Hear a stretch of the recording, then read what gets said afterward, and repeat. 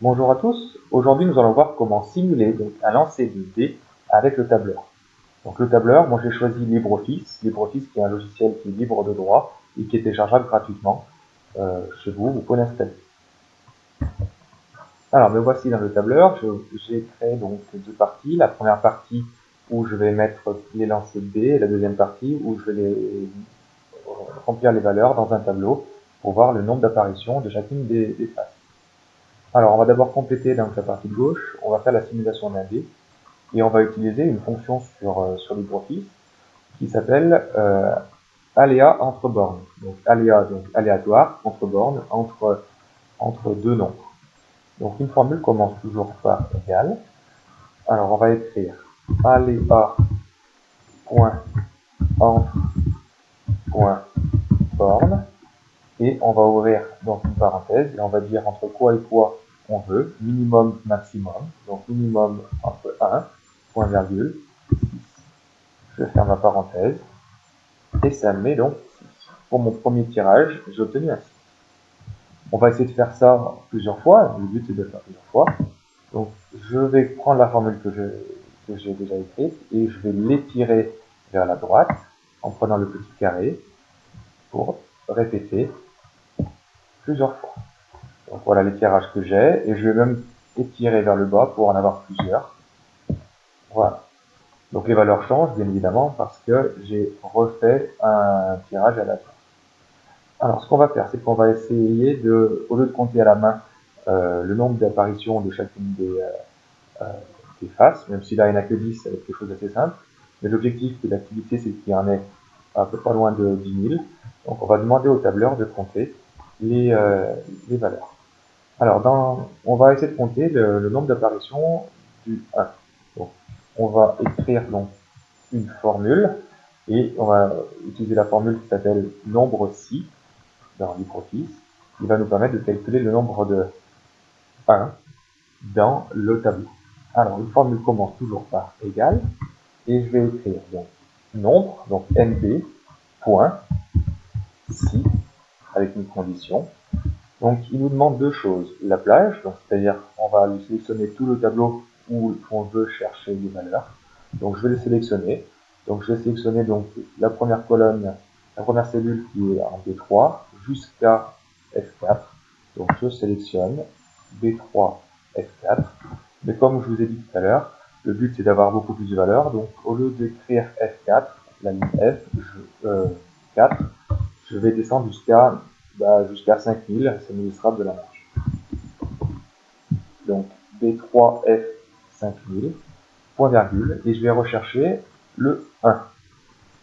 Je cherche pour 1, et je ferme ma parenthèse, et j'appuie sur Entrée, il y en a 0. C'est normal, il n'y en a pas pour l'instant dans mon tableau. Alors on va essayer de faire pareil pour le nombre 2. Alors ce qui serait tentant, ce serait d'étirer la formule vers la droite, ici. Alors on regarde en cliquant sur la case, on regarde ici, donc nombre si, C3G5000. Ah, ça veut dire que on n'a pas les valeurs au bon endroit, c'est-à-dire que ça a été décalé vers la droite. Donc on ne peut pas faire comme ça parce que ça me décale mon tableau. Donc on va annuler. On va faire autrement. Alors vous verrez une méthode au lycée qui est faisable en rajoutant un symbole qui s'appelle dollar et qui sera très pratique. Mais là, pour l'instant, on va essayer de faire autrement. Donc la formule que j'ai ici, je vais la copier. Donc CTRL C, que je vais coller dans la case 2. Sauf que si on regarde bien, c'était encore le 1 qui est là-haut, donc ici je vais changer, je vais mettre. Et le 2, donc il est bien une seule fois. C'est pareil pour les autres. Je change la valeur, ici 3. Pareil pour ici. 4.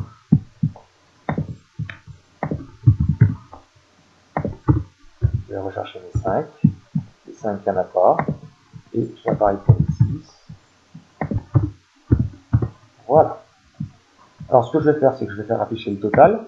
Donc on va utiliser la formule de somme, donc égal, somme, parenthèse, et je vais afficher donc toutes mes valeurs. Je sélectionne, je vais faire ma parenthèse, et j'appuie sur j'en ai bien 10. qui m'intéresse maintenant, c'est d'afficher la fréquence d'apparition. Donc la fréquence, on rappelle que c'est le rapport, c'est la division entre le nombre d'apparitions et le total. Donc je vais mettre une formule égale. Donc je vais sélectionner sur cette case-là, que je vais diviser par le nombre total qui est 10. Voilà, donc je suis à 0,3, donc 30%. Pareil que tout à l'heure, on ne peut pas tirer la formule vers la droite, parce que sinon ça va changer, je vais vous montrer. Donc division par 0, normal, parce que ça divise J4, donc J4 c'était bon, divisé par P4, et P4 il n'y a rien, donc ça a décalé, donc je ne peux pas faire comme ça. Donc l'utilisation du dollar, comme je vous ai expliqué tout à l'heure, pourra rectifier ça, mais je peux le faire à la main. Donc égal, J4 divisé par 10 au 4, pareil, égal ça divisé par ça,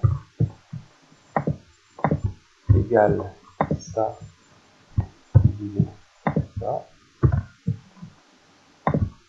égale 2m4 divisé par O4, et enfin égale ça divisé par ça.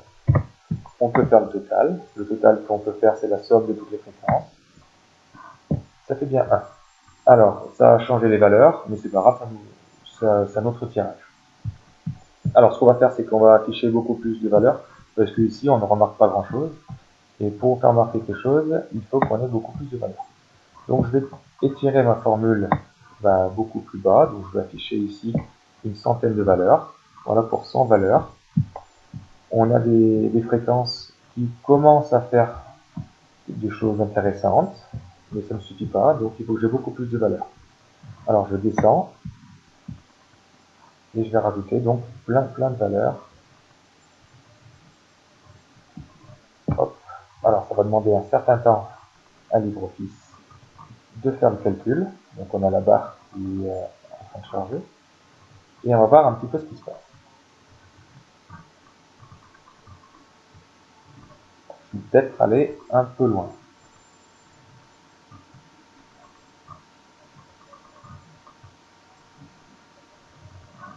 On aura même pu aller jusqu'à 5000, parce que dans mon tableau, j'avais mis 5000, jusqu'à 1570. Voilà, j'ai plein de valeurs. Donc il faut bien le tableur pour faire ça, parce que à la maison on ne l'aura pas fait.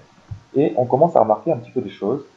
On commence à remarquer en fait que toutes les fréquences se rapprochent d'un nombre. Elles ont un nombre qui va être important pour le calcul des probabilités. Donc, ce qu'on peut dire, c'est que cette fréquence, pour un nombre très grand, se rapproche en fait de la probabilité de l'apparition de chacune des faces, qui est donc ici 1 sur 6, et 1 sur 6 qui fait environ 0,16 et qui est de 6 derrière.